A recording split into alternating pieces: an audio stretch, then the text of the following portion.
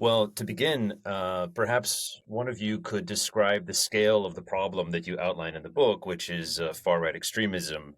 For instance, how many cases does the FBI handle annually? And is this a problem that you think Right. is trending upward decade by decade, or is it something that is plateauing? And what percentage of the problem of extremism writ large, what percentage of that roughly would you say is far right versus far left? Right. Well, those are all great questions, actually, to start with. Really, the crux of the book is to trace an historical trajectory that we argue, of course, has antecedents in the post-Civil War Reconstruction period and the revival of the Ku Klux Klan in the 19 teens and 1920s. Its reappearance again in the 1950s and 60s, but we're really tracing an historical trajectory from the 1980s, where um, racism, anti-Semitism, xenophobia, militant resistance to taxes, strident assertions of Second Amendment rights, militant opposition to legalized abortion, all get combined with sedition and anti-government extremism. And that really began in the 1980s, but it was an era without social media. So although it had some purchase and got some traction, it was very much isolated pockets. And it's really in the 20 teens. And we could unpack this more, but it's really in the past decade where, because of social media, it's empowered and spreads much more. I think in terms of raw numbers, um, FBI, for instance, in 2019 had 850 domestic terrorism cases open that it was investigating. That number doubled in 2020 and it tripled in 2022. This is a huge bucket. It includes not just violent far right extremists, but also violent far left extremists, homegrown violent extremists that could be Salafi jihadis, animal rights activists, for example, that cross the line into violence and so on. That's part of the problem we also illuminate in the book. Since there's no domestic terrorism legislation, the FBI actually doesn't further divide or at least publish their statistics. So therefore, you have to turn to, for instance, the Anti-Defamation League for greater granularity. And there one finds that between 2012 and 2022, the last year that data has been published, since we're still so just into the new year of 2024. So from 2012 to 2022, according to the Anti-Defamation League, which I think maps with the FBI figures, 75% of the homicides in the United States that were politically motivated, which is to say that's what terrorism is, were committed by white supremacists. In fact, it was something like 95% in recent years. So clearly the threat is coming much more from the violent far right than the far left. And I'll add one other thing. We're not ignoring at all that there hasn't been violence committed by far left extremists. In fact, with the exception perhaps of the January 6, 2021 insurrection at the United States Capitol, the most serious domestic terrorist incident in recent years was a shooting in June 2017 of a congressional baseball practice in Alexandria, Virginia, just outside of Washington, D.C., where the members of the Republican team, including Republican congressmen, were training for the annual congressional baseball team. And 5 persons were very seriously wounded, including the then minority leader, Steve Scalise, Republican from Louisiana. It was only the fact that he had a personal security detail there of U.S. Capitol Police that prevented a greater tragedy. There was also a car bombing at an immigration customs enforcement facility in Tacoma, Washington, a few years ago. But that's the thing. I mean, coming from the far left, there's, of course, the violence that we saw following the killing of George Floyd, the torching of a police station in Minneapolis, Minnesota, for example, and other acts of vandalism and arson and so on.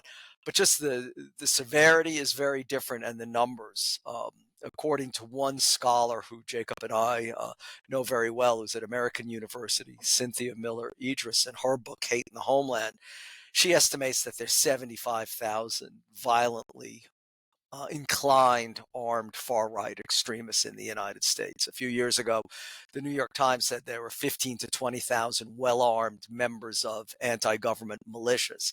I mean, these are enormous numbers that completely eclipse whatever might exist on the far left.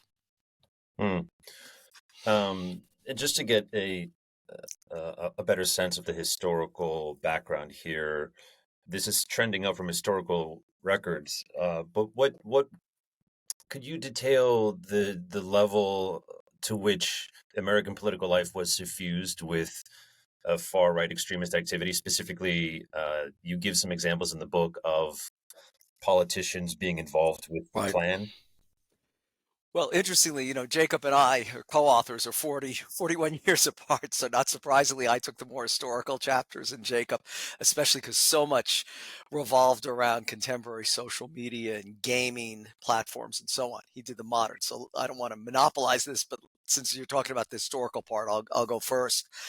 Um, that was actually one of the surprising things we found in researching the book is that the Ku Klux Klan, as we all know, was founded after the Civil War basically to reoppress the freed slaves, and then had a very specific and a very racist orientation. Like all terrorist groups everywhere throughout history, um, they have to move forward to survive. They have to appeal to an increasingly diverse constituency. And that's precisely what abetted and facilitated the revival of the Ku Klux Klan in the 19 teens. They widened their aperture, as it were, from just racism to anti Semitism, hatred of Jews. They became anti Catholicism. They were anti-Catholic, so they were very much against Jews immigrating from Eastern Europe and Catholics, particularly Italians, emigrating from Sicily, Italy, some of the Balkan countries. They were also very anti-Asian. And all these things came together in 1924 in the Immigration Act that was passed that year and that the Klan had lobbied for.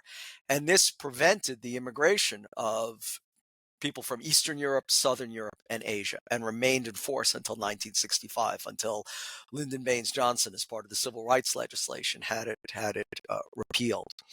The reason the Klan could lobby for this in the 1920s is that they were so powerful. They had at least 4 to 5 million dues-paying members. There were more members north of the Mason-Dixon line than in the Old South. Ohio, Indiana, and Pennsylvania had the largest Klan memberships. And in fact, there were more Klan members in urban areas of the North than in the rural areas of the South. So much for a lot of our stereotypes. Mm. They had a presence at the 1924 presidential conventions, both for the Republican and Democratic candidates. They routinely elected senators, congressmen, governors, mayors, aldermen, and so on. In fact, a future president of the United States, Harry S. Truman, was a member of the Ku Klux Klan in Missouri. I mean, it became very much of a popular, commercially oriented, that we help one another. There was a female Klan that shared recipes and kept white womanhood pure and Christian. So it was a very popular and influential movement. It was riven by corruption, and that's what basically brought its downfall. But that is something that we found so interesting in the book, is that our images of the Klan parading around in white sheets and face coverings, and in fact, at least 10,000 Klansmen paraded down Pennsylvania Avenue in the 1920s. They couldn't have their face obscured. That was illegal, but they paraded in full Klan regalia. That's how powerful they were. But by the 1980s, when the focus of our book really begins, the Klan had issued the sheets, and the American Nazis had stopped wearing jodhpurs and boots and brown shirts and Sam Brown belts. And it's almost like the Unite the Right rally in Charlottesville in 2017. But 30 years before, the white supremacists and the far right extremists began wearing respectable suits, wearing khakis and polo shirts and so on. So they didn't have the demonstrable images of a previous era. They were trying to go much more mainstream. And indeed, by the 21st century, unfortunately, they succeeded because, much like the 1920s, as we know today, they received top cover and endorsement, and sometimes their extreme views are channeled by mainstream political figures. Mm.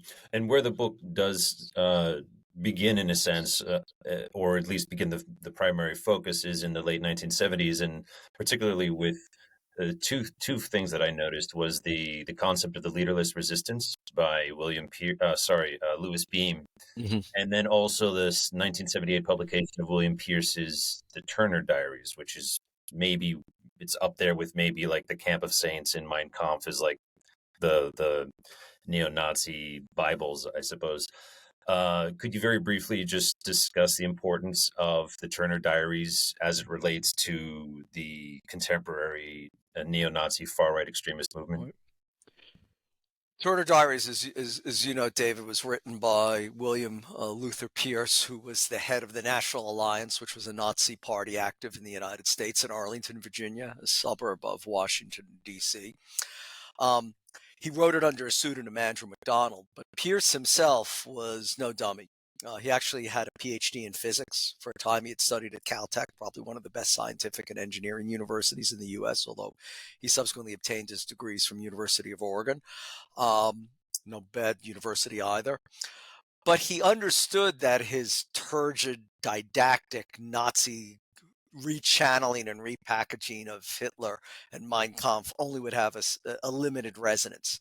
And that's where he hit upon the idea of writing a fictional treatment. The Turner Diaries, this dystopian novel that basically lays out a story of how anti-government extremists and white supremacists stage a race revolution and take over the United States. They overthrow the government. And as sometimes life follows art or fact follows fiction, the Turner Diaries has been used as a blueprint by actual terrorist groups, a group calling itself the Order, which is the fictional terrorist group depicted in the Turner Diaries, was active in the Northwest of the United States in the mid-1980s. Timothy McVeigh, for instance, not only was so enamored of the Turner Diaries, I mean, he read it countless times. In fact, when he was arrested just hours after he blew up the Alfred P. Murrah Federal Office Building in Oklahoma City in April 1995, that killed 168 persons, when the Oklahoma State Trooper stopped him, on the car seat next to him was a folder with cutout pages that had been underlined and highlighted from the Turner Diaries. In fact, in the Turner Diaries, one of the climactic scenes is a truck bomb detonated in the basement of the FBI headquarters in Washington. McVeigh just adopted that. There was no underground basement in the Murrah building, but he detonated a truck bomb right outside, so he copied it as well. Turner Diaries is estimated to have sold between 200,000 and 500,000 copies, and in fact, up until a week after January 6th, 2021, you could buy it off Amazon. Hmm. One of the themes that you bring out in the book is the idea that we are essentially feeding from a fire hose of information now in the current media environment with the internet, and just people are not trained in how to navigate even something as simple as a news article, how to fact check, for many people, fact checking consists primarily of Googling information, and this is it really. It's for those who are not analysts or lawyers or journalists, it's a very messy, brave new world. And one of the things that you describe in the book is how people who are in this place of confusion become fearful and distrustful of authority, and will then look for sources of guidance or claim that some powerful elites are running things as a simplistic analysis to give them some comfort, right? To what degree do we see to this day the Turner Diaries playing a role, giving guidance, giving people some kind of comfort, or that it is still being brought up amongst contemporary neo-Nazi groups on social media? Does it still have a place in the various movements today, or is this really just an artifact of the past that propelled things? But if I were to talk to some neo-Nazis today, would they even know about this text?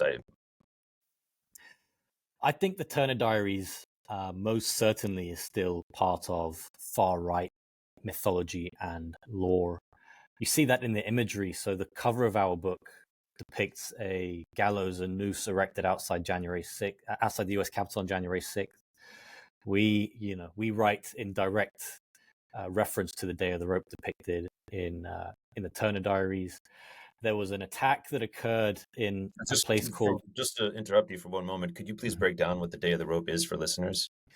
The Day of the Rope is a moment depicted in the Turner Diaries at which the race traitors, basically, however defined in that by that group in the book, are going to be basically collected and executed as part of the advancement of this race war. So that imagery again was repeated on January 6th.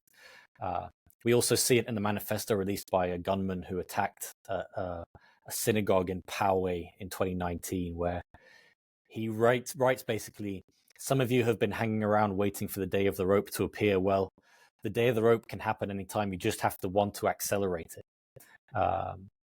That's a reference to a strategy of terrorism called accelerationism, which is basically a concept that terrorism, that society is so corrupt and broken that we have to accelerate its destruction through acts of violence. And that was has its real origins in the Turner Diaries. One thing I'll note on this kind of online space and the way it has changed extremism or given it a mass appeal is I think you really see that very strongly in QAnon. QAnon is an example of kind of mass radicalization in a way that's very concerning for me, because when you look at the actual conspiracy theory, right, this concept that you've got this group of elites who are running society and controlling the banks and the media and politics, that's really an anti-Semitic conspiracy theory, kind of given new life in a social media era, given new life in the 21st century because of, I would argue, accelerated because of the impact of social media that can bring these conspiracy theories directly into somebody's living room or bedroom and appeal to people who are looking for some kind of easy explanation for the troubles in their life. That kind of mainstreaming of these age-old conspiracy theories, these age-old vitriols, is quite concerning. Generally speaking, how tech savvy, or specifically with regard to communications such as social media, how tech savvy is the far right? And is this something that has always been the case, or is this a relatively recent phenomenon? The far right has actually always been pioneers in using modern technology. Louis Bean, who we've already mentioned, back in the 1980s, was seeking to go underground and wanted to find ways to connect disparate cells and elements of the movement. And he actually founded something called the Aryan Nations Liberty Net. That was a primitive online system where different individuals could communicate with each other through computers. Bruce and I write in the book that arguably the two most important terrorist innovations of the 21st century, that being lone act of violence or leaderless resistance, and being social media radicalization. We often link those two things to the emergence of the Islamic State in the middle of the 2010s, but actually you can trace those things back to the far right, way back in the 1980s. So they have always been on the cutting edge of new technologies, especially in the communication space. And I think that bodes quite poorly for an age where we are on the verge of some huge technological advancements. Things like ChatGPT being weaponized, for example, is quite a concern. How is ChatGPT being weaponized? We'll see. I will say. I mean, I think ChatGPT is.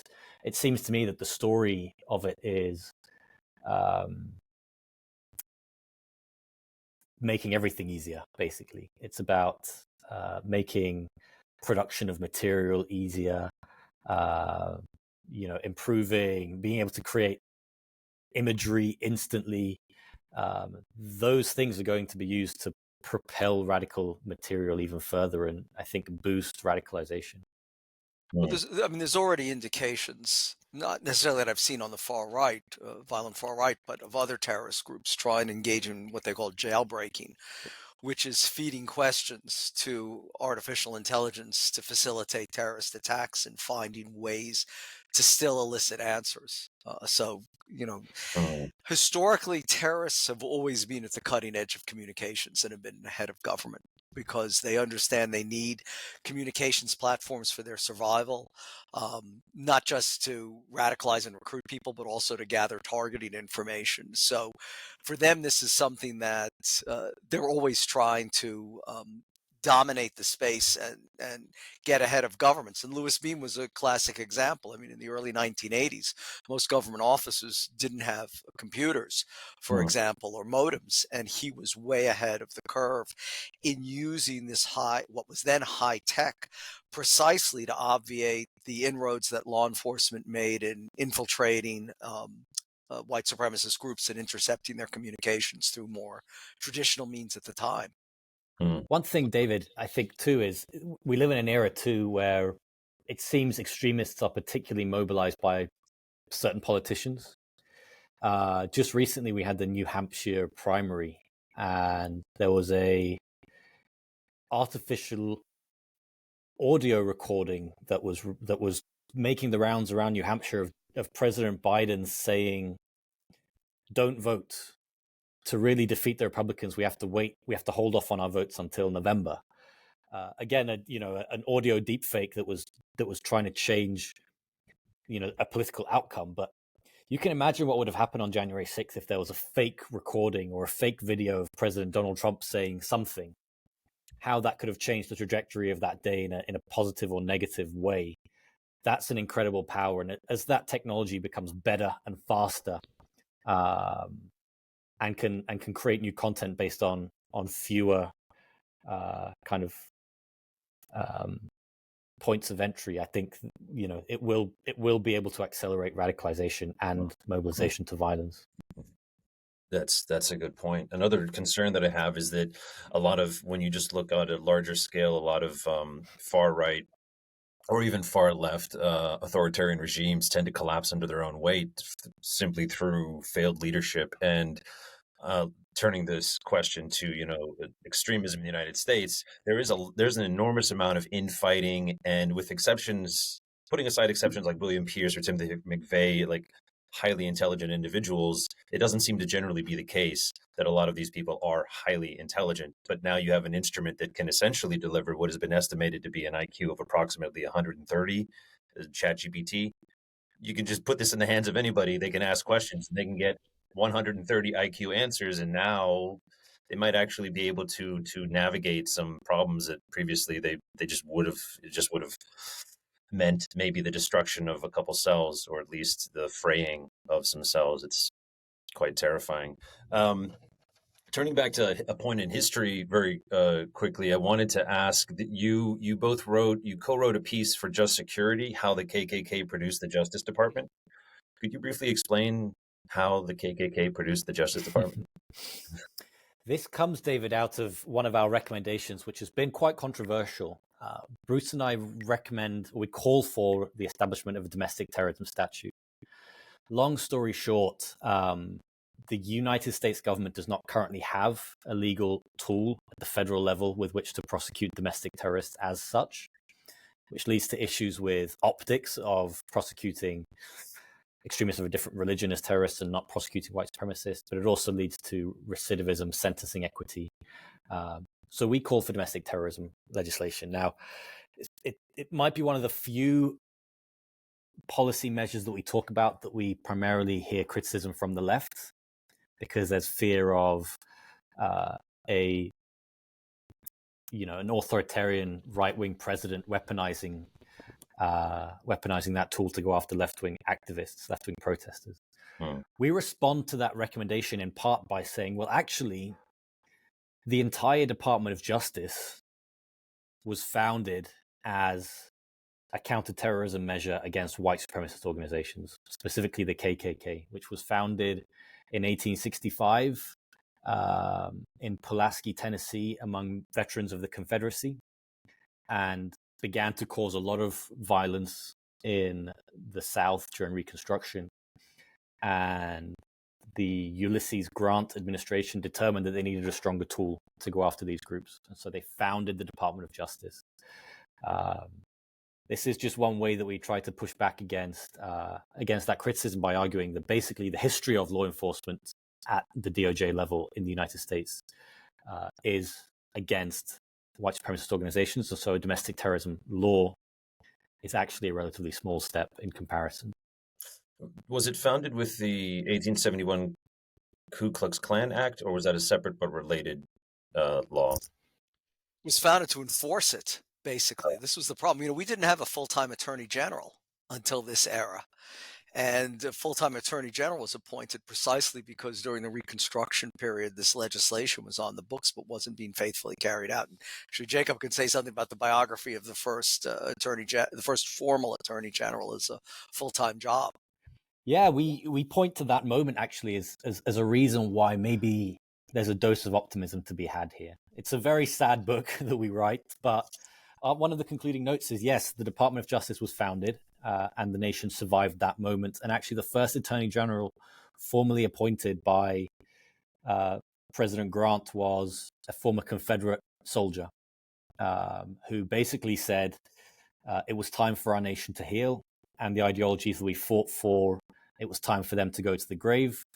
And this Attorney General Ackerman, ended up being, he's recognized as one of the most aggressive attorney generals in history on behalf of or in defense of African American rights in the South. Reading the book, I learned so much, not just about far-right extremism, but also about law enforcement. And this was one of the points. But then also the book continues with some of the major victories of the Department of Justice Agency, the FBI, obviously, Ruby Ridge in 92, Waco in 93. But then the one that you really focus on as a major inflection point is the 1995 Oklahoma City bombing of the Alfred P. Murrah building. And you describe it as an inflection point in the sense that extremism had been on the rise, if that's an accurate characterization, and then suddenly things reversed because the government decided, okay, we need to crack down double hard on this. Right. And so, can you kind of explain how Sure. the bombing had an impact on far right extremism in America? Sure. Let me weave into a little personal history. As I first started as an analyst and had my first job 43 years ago, and it was following violent far-right extremism, initially in Europe. And this was because the counterterrorism team that I joined, everybody else had taken the more prominent groups at the time, in that era were mostly radical left-wing groups or ethno-nationalist separatist groups and so on. And then shortly after following these trends in Europe, I saw them manifesting themselves in the early 1980s in the United States and started following it then. And in 1988, there was a very significant trial. 14 white supremacists were charged with seditious conspiracy, which is one of the most serious criminal charges that could be brought against persons in a democracy. It's also remarkably difficult to prove and to convict on. And that's exactly what happened. These 14 white supremacists were acquitted. And this had two effects on the movement. On the one hand, it breathed new life into it. That if they had been removed from the scene, it could have derailed the movement. And this is why it's so significant that nearly 24 members of the Proud Boys and the Oath Keepers, including the leaders, were convicted of seditious conspiracy in connection with the January 6, 2021 riots and insurrection at the Capitol. If they had been acquitted, I think there would have been very serious consequences. Would have been taken as a form of a green light. And that's what it was in the late 1980s. But interestingly, it also caused the movement to take a step back and to think. And they thought, well, if these 14 leaders had been convicted, the movement could have been decapitated. And this is when they start to shift, as I had said earlier, and cultivate a broader constituency. And they especially turn to what was then the emergence of the militia phenomena.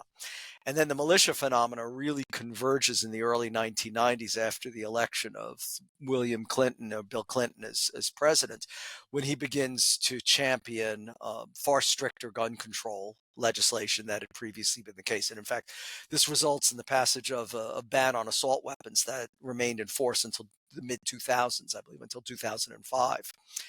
And the movement becomes much stronger and gathers increasing momentum during the early 1990s, in part because of the strategic decision to appeal to a broader constituency more energetically, and that's people with a very strident interpretation of the Second Amendment. But what I find so disturbing when I was writing the book is that right now seems very much like the 1990s, when you have this movement that's has unparalleled, at least at that time, historical popularity, where anti-government extremism is approaching a crescendo, where the loss of confidence in elected leadership, the denigration of Washington, D.C. as the swamp, concerns about, back then it was called the New World Order, now it's called globalists or globalization, was really taking hold, and led to exactly set Timothy McVeigh, a U.S. Army veteran, on the path to the Murrah building bombing. Now, he envisioned that as the opening salvo in a revolution that would topple the United States government. And fortunately, that didn't happen. I mean, it basically fell on deaf ears. This was a movement, as I said earlier, that had isolated cells and pockets throughout the United States, but very limited connectivity.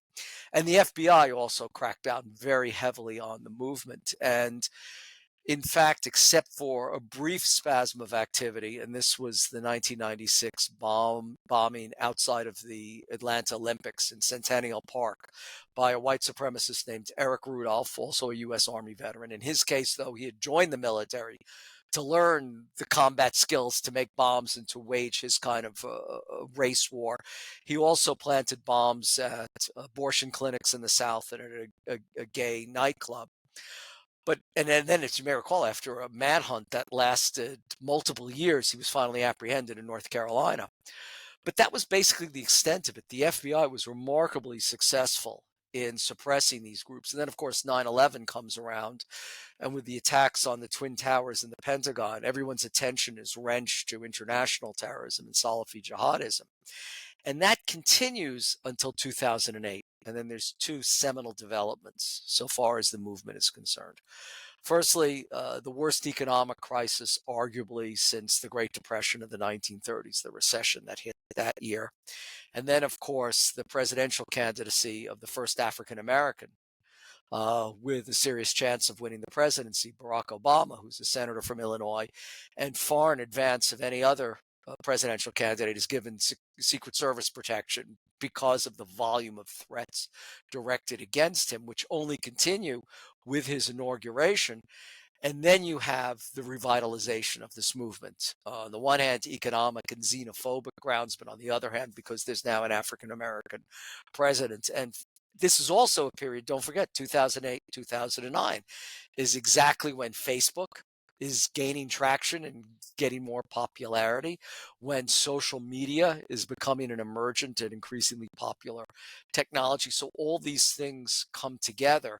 And then by the middle to end of the 19 teens, especially with President Trump's election, and then with his infamous statement at the 2017 Unite the Right rally, his statement after the 2017 Unite the Right rally in Charlottesville, Virginia, when he says there were good people on both sides, we know is taken as a green light, is taken as a stamp of approval by the white supremacists, by the far right.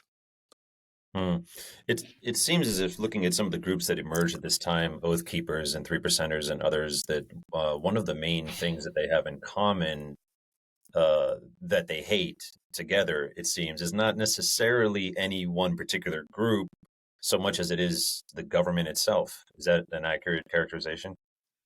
Yes, that's and that's actually in a way that the title of the book reflects that. The God part really talks about the 1980s when this movement first arose, and actually had a very prominent religious dimension to it. Many of the leaders of groups at that time prefaced their names with titles like Reverend or Pastor, and the Church of Jesus Christ Christian, a white supremacist church, was very prominent. By the 1990s, as we've just discussed, the main issue becomes guns and gun control, and that's where anti-government extremism really is inflamed and accentuated. In fact, up until the end of when you could acquire easily the Turner Diaries, the headline, or the in bold print, rather, I should say, on the back cover, were the words, "What will you do when they come to take your guns?" I mean, that's how the book was marketed, basically. And then you have the 21st century, where sedition, the last part of the book becomes so prominent, where, just as you described, anti-government extremism not only becomes more acceptable, not only becomes more of a mass phenomena, but when you have elected politicians actually making anti-government extremist statements. I mean, look at how Washington, D.C. is constantly derided as the swamp, and how the gallows that was set up in front of the U.S. Capitol on January 6th, 2021, although it was meant for a Republican Christian evangelical vice president, but also it was supposed to, hold to account the liberal politicians that had gotten the United States supposedly or allegedly in the mess that it was in. Hmm. When we look at this the history here that you lay out in great detail in the book, there are some patterns and themes that emerge, two of which we've already discussed. The tech savvy nature of these groups today, for instance, using live streams such as the Buffalo Shooter and others, using technology to really broadcast and almost advertise their message. And then the other one that Jacob spoke about, the lack of um, laws domestically that would be comparable to something like 18 USC 2339A and B, which allows us to prosecute anyone who is found guilty of material support of terrorism. Could you explain to me what material support would include and what kind of prosecutory results we generally expect from that when it's foreign compared to what we're able to accomplish when it's domestic? Well, David, part of what makes material support to foreign terrorist organizations such a great statute for prosecutors is that gets defined very broadly. So material support can include money. It can include propaganda. Obviously, it can include violence. But also it can include yourself. So traveling, for example, to Syria to join the Islamic State would classify as material support to a foreign terrorist organization. Now, FTO, foreign terrorist organization, actually means something. It is a list kept by the State Department that has no white supremacist groups on it. So the US government just cannot use the material support to foreign terrorist organization statute for white supremacist terrorists, although they use it against domestic terrorists who are advancing, Islamic State ideology. So what we are calling for is something comparable in the domestic space. Now, the FTO cases involving ISIS typically involve about 13 and a half years prison sentences. In the domestic space, usually we'll see, unless there's been a murder already committed, usually we see individuals prosecuted for things like firearm and drug charges, or stockpiling weapons charges sometimes. To give you one example of what this looks like, the founder of a group called the Atomwaffen Division, which was a neo-Nazi organization, was arrested in 2017 and sentenced to 5 years for stockpiling explosives. He was released early, and just last year, February, he was arrested for plotting to blow up power stations around Baltimore. So clearly somebody who did not have sufficient deterrence to recommit, perhaps because he did not have that domestic terrorism prosecution. So again, it's not a measure that's without controversy. We get a lot of pushback from people who say this would lead to weaponization from a right-wing president, or that would lead to civil liberties concerns. Bruce and I do not support a list of groups. We think that would be a particular violation of First Amendment rights of assembly, for example.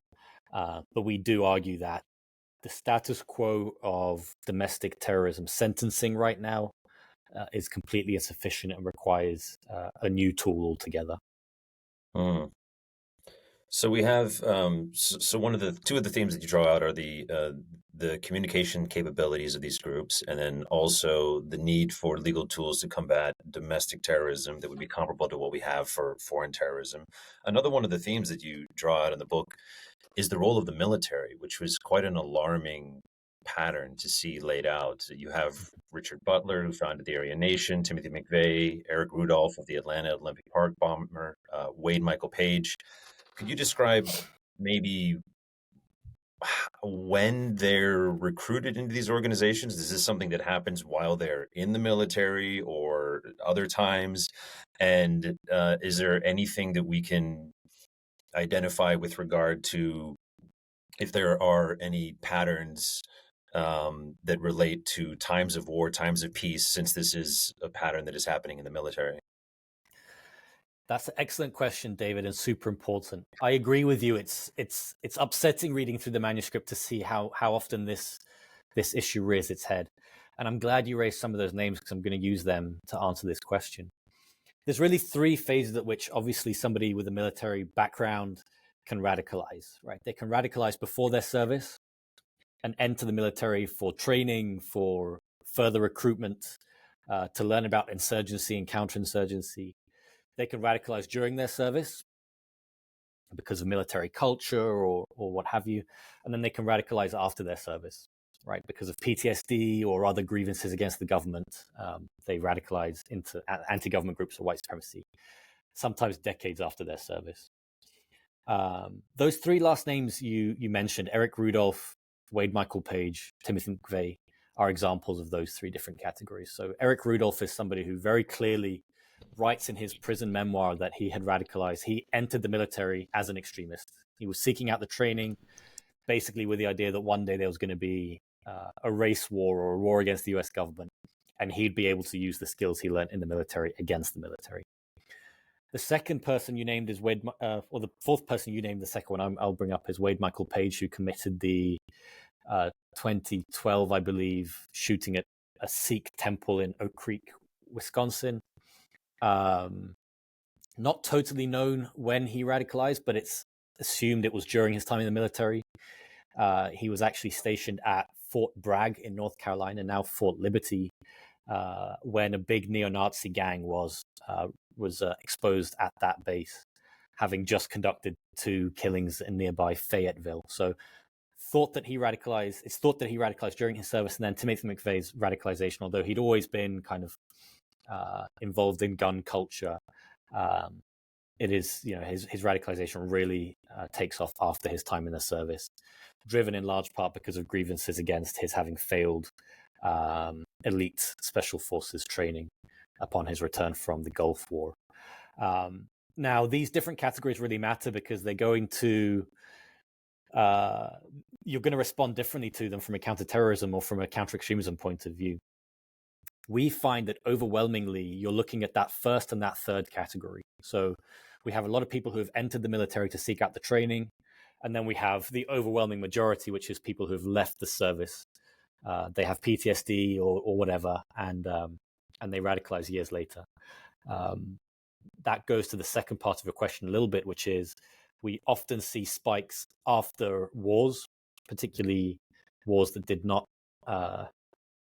finish well for the United States. So we saw a big spike in extremism after the Vietnam War, and we're seeing a big spike now after Iraq and Afghanistan.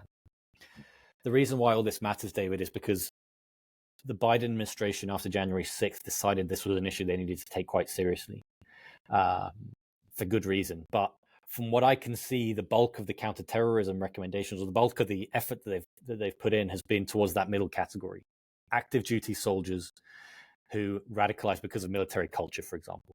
That's why they did the big stand down, right? The highly publicized, much criticized stand down to talk about extremism at the unit level.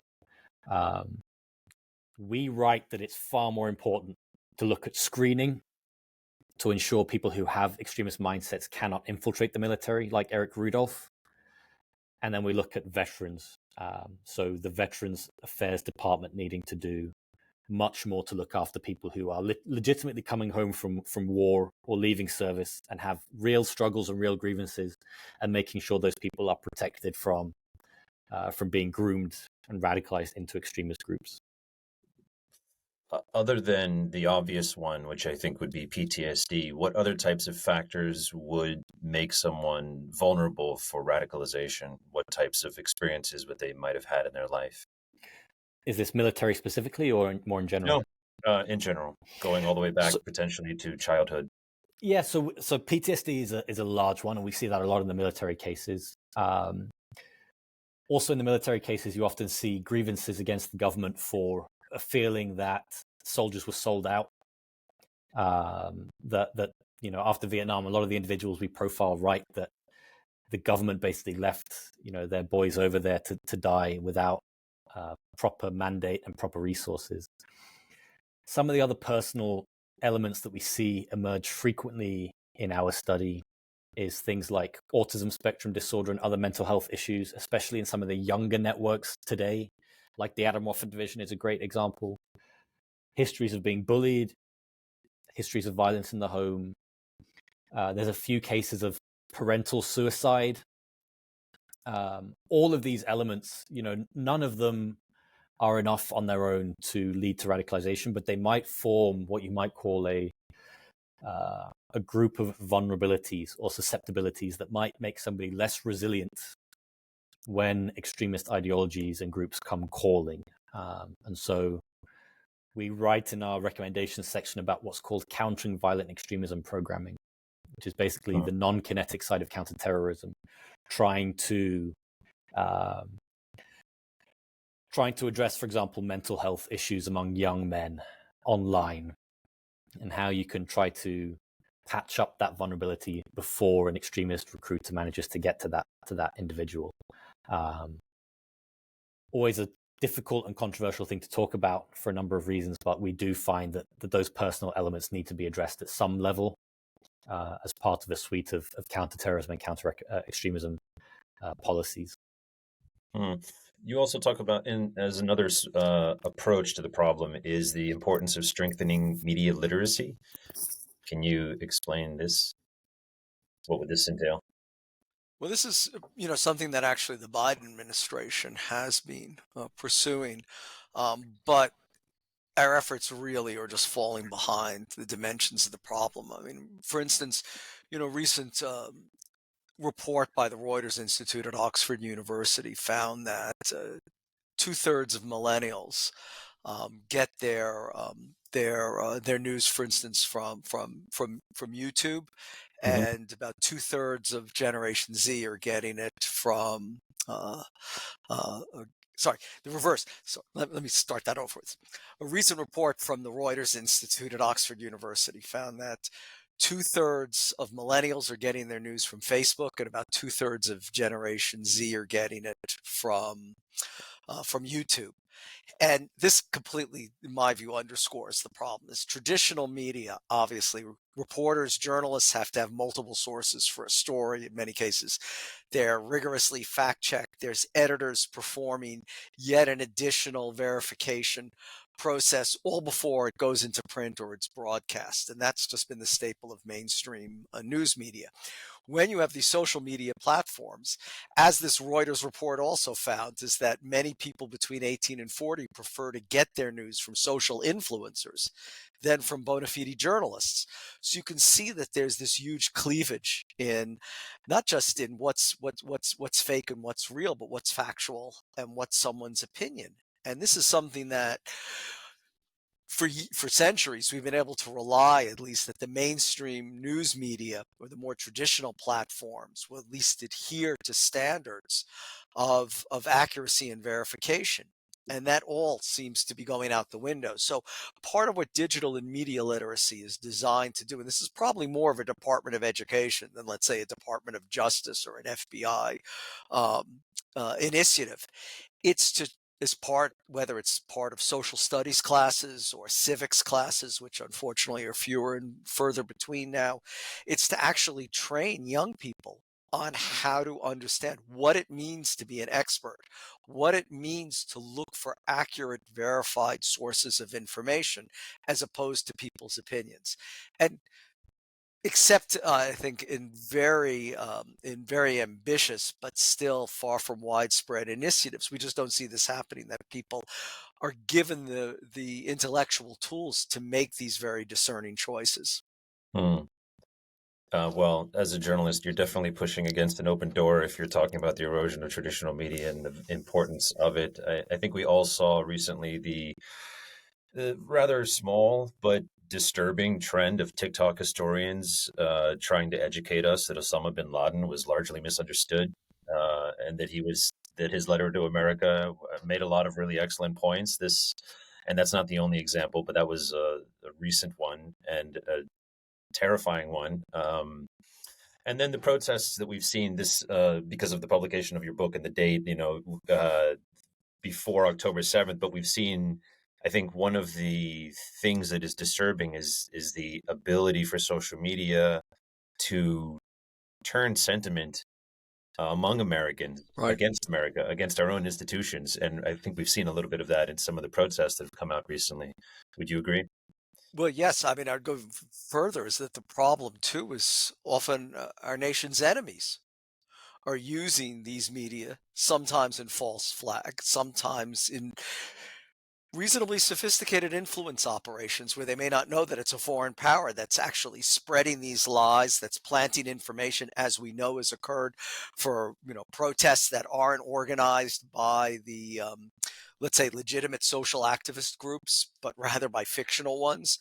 So yes, it becomes a threat to the national security of the United States externally, perhaps even more so from hostile countries, as well as internally. And of course, going back to Sun Tzu, the famous Chinese strategists of ancient times. I mean, if you can overcome your enemy without shooting an arrow or firing a shot, I mean, it's infinitely better if you can use sophisticated psychological operations. They didn't have that term back then, but basically what we're seeing now is as old as warfare, but hyper weaponized because of the reach and the expansiveness and ubiquity of social media. Mm.